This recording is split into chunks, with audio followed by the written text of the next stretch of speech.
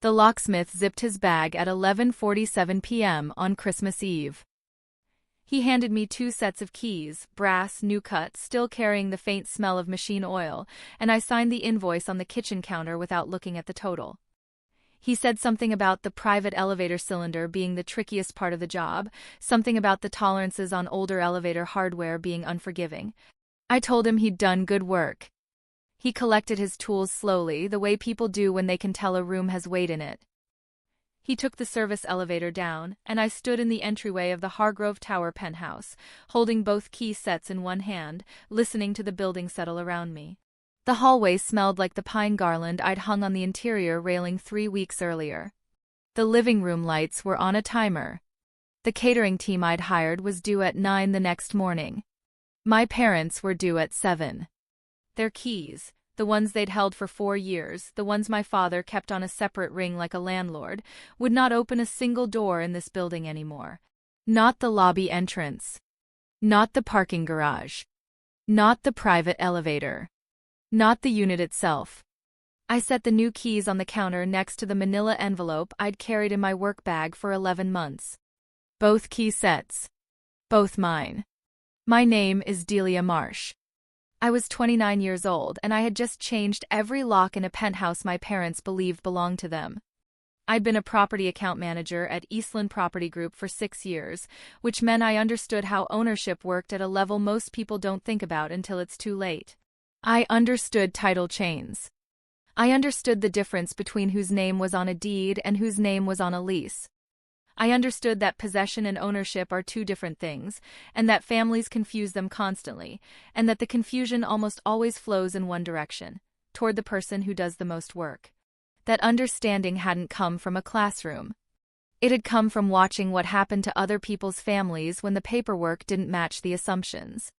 I had sat across the table from people who had maintained a property for years, paid the utilities, arranged the repairs, kept the insurance current, only to discover that their name wasn't on the documents that actually mattered. I had watched that moment of comprehension move across their faces. I had learned, from watching it enough times, that it was always a surprise and that it never should have been. I filed those moments carefully, in the specific way you file things you suspect you will need to understand later. I'd found the Hargrove Tower unit through a client listing that came across my desk 3 years before this story starts. 12th floor, corner unit, 2,400 square feet, assessed at $724,000 on the Franklin County record. It was priced under market because the previous owner had let the HVAC system fall behind on maintenance, and the building's management company wanted a clean sale. I knew what the repair costs would actually be. I made the offer, I arranged the financing, I signed the documents. My name. My credit. My $18,340 out-of-pocket at closing above the financed amount, drawn from savings I'd built across 5 years of not spending money on things I didn't need. I had not spent those 5 years doing nothing. I had worked longer hours than any of my colleagues during the first 3 years. I had taken on client accounts nobody else wanted, the ones with complicated title histories and difficult property managers, because those were the accounts that taught you things. I had tracked market comparables on my own time. I had run the numbers on the Hargrove unit for 4 months before I made the offer, revising the repair estimates twice and the financing model 3 times until I was certain the math held. My parents came to the closing dinner I hosted. They said it was beautiful. My mother called the kitchen, our kitchen, before we'd finished the first bottle of wine. I let it go that night. I would let it go many more times before I stopped. I grew up the middle child in the Marsh family. Older brother Gavin, younger sister Priya, both of whom my parents described, in one form or another, as the anchors of the family. Gavin had gone into finance and lived in a suburb of Cleveland with a wife and 2 children my parents discussed with the specific warmth people reserve for things they consider extensions of themselves. Priya was 24 and still in graduate school, which my parents treated as a continuing achievement rather than a continuing subsidy. I was the one who had bought a penthouse. My parents treated this as a logistical development rather than a personal accomplishment. Useful, impressive to mention at church, but not the kind of thing that shifted where I stood in the family's internal ranking. The ranking had been established early and maintained without much discussion. Gavin was the eldest, which carried its own weight in our family. Priya was the youngest, which carried a different kind. The special leniency extended to whoever came last, the assumption that she still had time to find her footing. I was the middle, which in the Marsh family meant something specific. I was the one who managed. I organized the logistics. I remembered the details. I followed through on things other people agreed to and then forgot. I had been doing this since I was 11 years old, when I started keeping a list of which family member owed which other family member a phone call, because I was the one who noticed when the calls stopped coming and nobody else did. What I noticed, growing up, was that this role had a quality I didn't have a word for until I was older. It wasn't invisibility exactly. People saw me, relied on me, thanked me in the perfunctory way you thank someone who has delivered something you expected to arrive. It was more like transparency. The effort passed through me and landed on whatever it produced. When I was 23, I organized the logistics for my grandmother's memorial. The venue, the catering, the order of speakers. While Gavin delivered the eulogy everyone remembered and Priya was thanked at dinner for being so strong. My mother said a week later that the service had come together beautifully. No one mentioned who had made it come together. Gavin's promotions were celebrated with dinners. Priya's publications were printed and framed. When I secured my first major account at Eastland, my mother asked whether that meant I'd be working more hours. There is a particular kind of patience that comes from spending years in that position. Not the peaceful kind, the accumulated kind. The kind that has weight and texture and doesn't dissolve. The kind that, when it finally finds a direction to move in, moves with precision rather than noise. I understood the ranking. I had understood it for a long time. What I had not yet understood, going into that third year of ownership, was how far I had allowed the confusion between possession and ownership to go inside my own family. The Hargrove Penthouse became the family's event space within 8 months of my purchase. Not in a formal way. Not in any way that was ever discussed directly. It happened the way these things happen in families, one request at a time, each reasonable on its own, accumulating into a structure nobody named. My mother called in March to ask if she could host her book club there since their house was being repainted. I said yes. In May, my father mentioned that Gavin's family was coming through Columbus and asked if the unit was available for the weekend. I said yes. By August, my mother was calling the Penthouse, our place downtown, in conversations I was not part of and only learned about secondhand. I covered the HOA fees, which ran $680 a month. I covered the utilities. When the HVAC system needed its first service after purchase, $2,200, which I had budgeted for, my father asked if he should chip in and then did not follow up when I said it was handled. I handled it. When the lobby management changed cleaning contractors and the private elevator went 3 weeks with a lingering mechanical noise, I was the one who called the building manager, tracked the repair timeline, and followed up twice. When my mother decided the guest bedroom needed different curtains because the morning light was too direct, I drove to the store with her and bought the curtains. The family held Christmas at the Hargrove Penthouse for the first time 2 years after I bought it. I organized the catering. I arranged the parking passes. I drove to Bexley the week before to pick up the serving dishes my mother wanted to use because they were part of the family's Christmas tradition. Gavin arrived Christmas morning and immediately asked where the good coffee was. Priya asked me to fix the Wi-Fi password on her phone. My parents thanked me at the end of the night by telling me the event had been lovely and that I had a gift for hosting. I went home that night, to the unit I owned in the building I paid for, and sat at the kitchen counter for a while before I went to bed. The second Christmas came and went the same way. I organized it. I paid for it. I was thanked for my gift for hosting.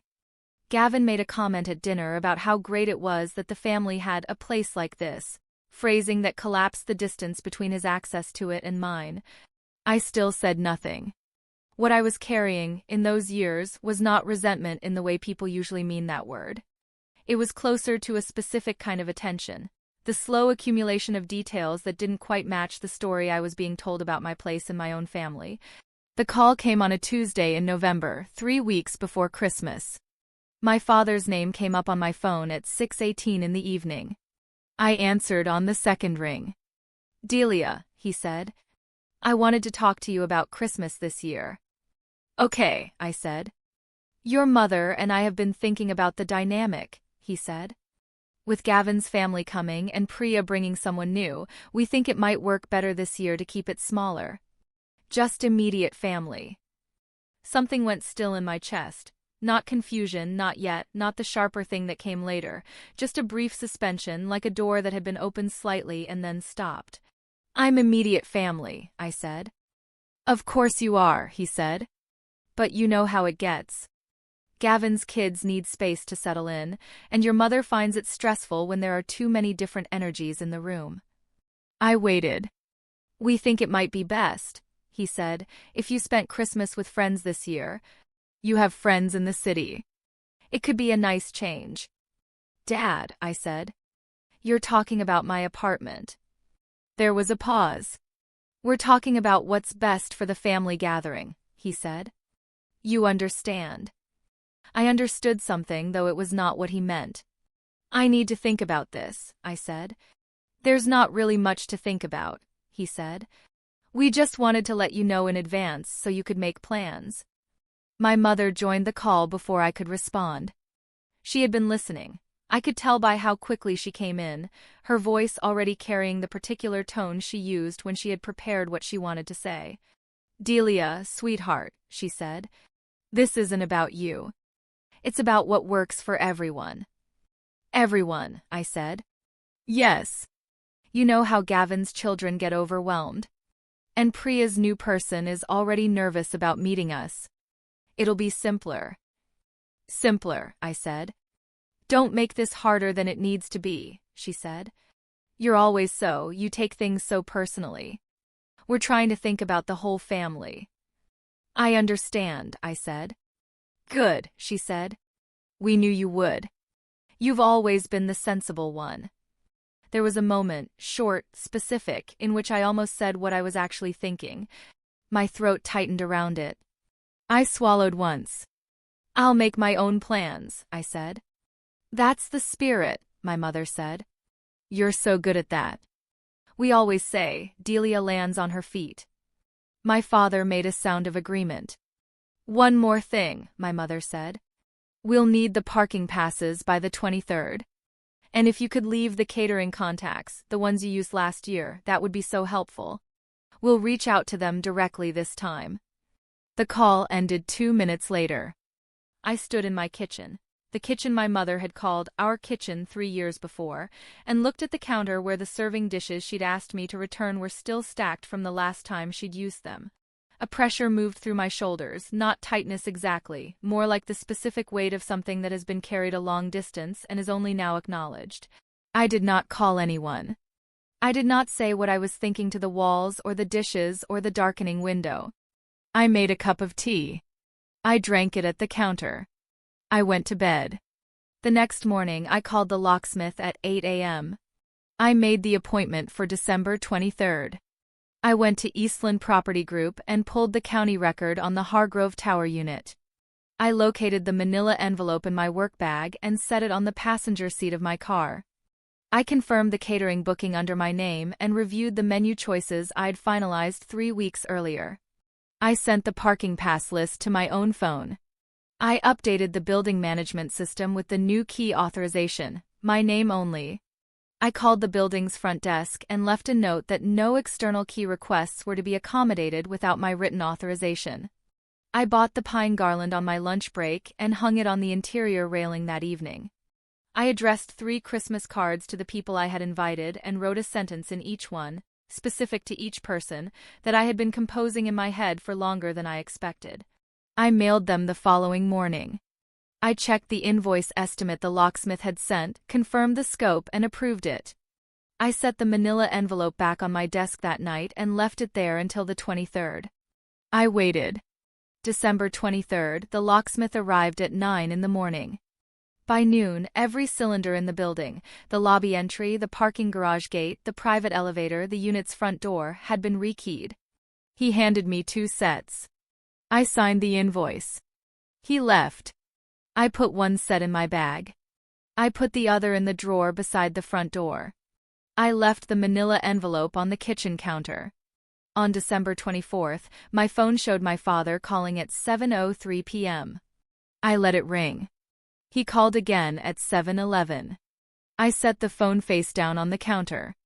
At 7:19, I could feel it vibrate against the laminate.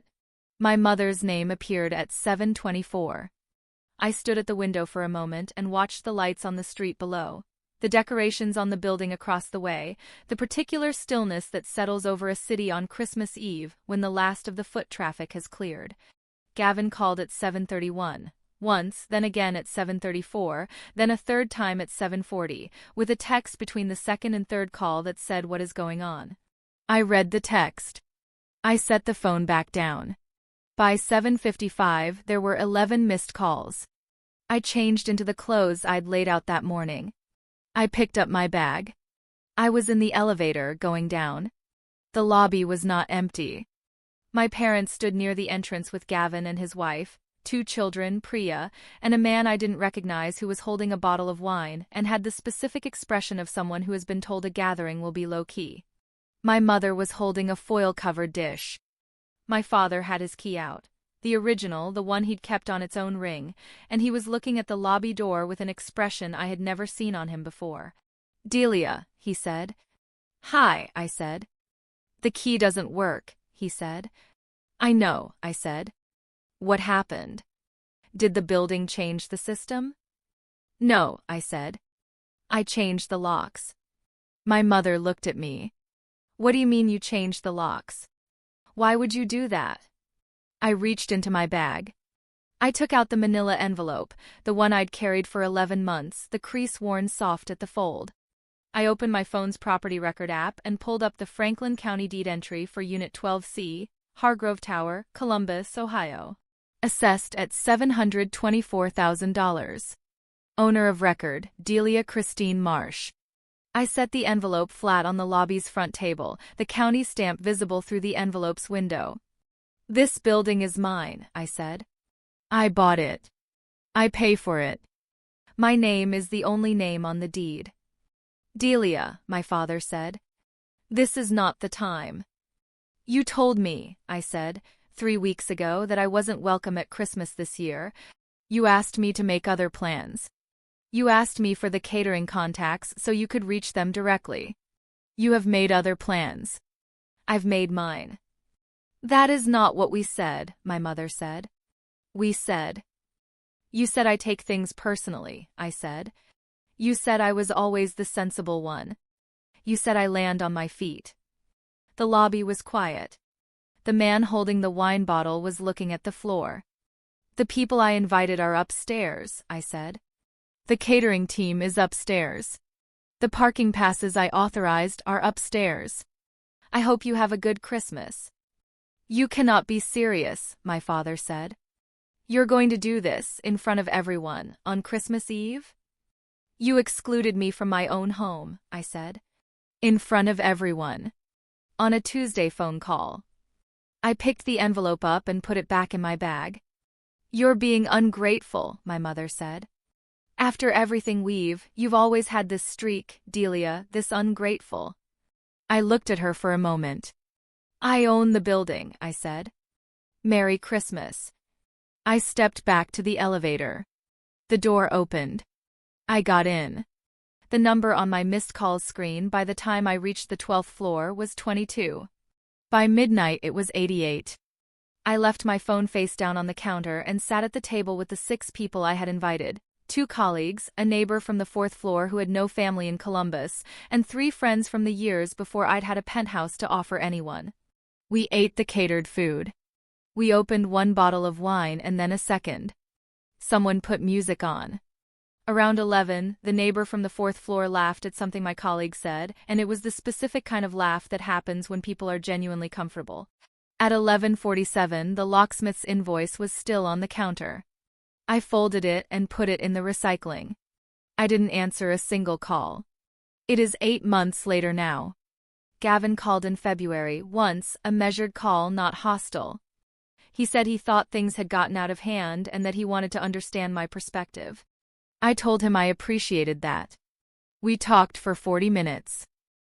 He didn't agree with everything I said, and I didn't expect him to, but it was the first conversation I'd had with anyone in my family that felt like one.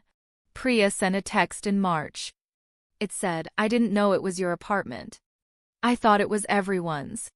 I'm sorry. I replied, I know. Thank you. We've talked twice since then. It's slow, but it's real. My parents have not called since January 14th. That was the last of the calls I didn't answer, a voicemail from my mother that I listened to once and did not return. The voicemail described what I had done as a betrayal of the family. It used the word ungrateful twice. It ended by saying that she hoped I was proud of herself. I thought about that for a while. The manila envelope lives in the top drawer of my desk now. Not my bag, not a counter, not somewhere it needs to be carried. The county stamp is still clear through the window. I take it out sometimes, not for any practical reason, just to hold it for a moment. The weight of it, the soft worn crease at the fold, the specific fact of my name printed on the document inside. Last month, I refinanced the unit at current market value and used a portion of the equity to make a down payment on a second property in Clintonville. Smaller, a duplex, nothing dramatic. The numbers worked. I ran them myself. The Hargrove penthouse is decorated differently now. I bought new curtains for the guest room, not because the morning light is too direct, but because I chose them. If any part of this story felt familiar, if you've carried something in your own family that was never named, never acknowledged, share it with someone who might need to hear it. Sometimes the most important thing is knowing you're not the only one. I set the manila envelope back in the drawer and pushed it closed with my palm. The sound it made, the soft, certain click of the latch, was the only answer I needed.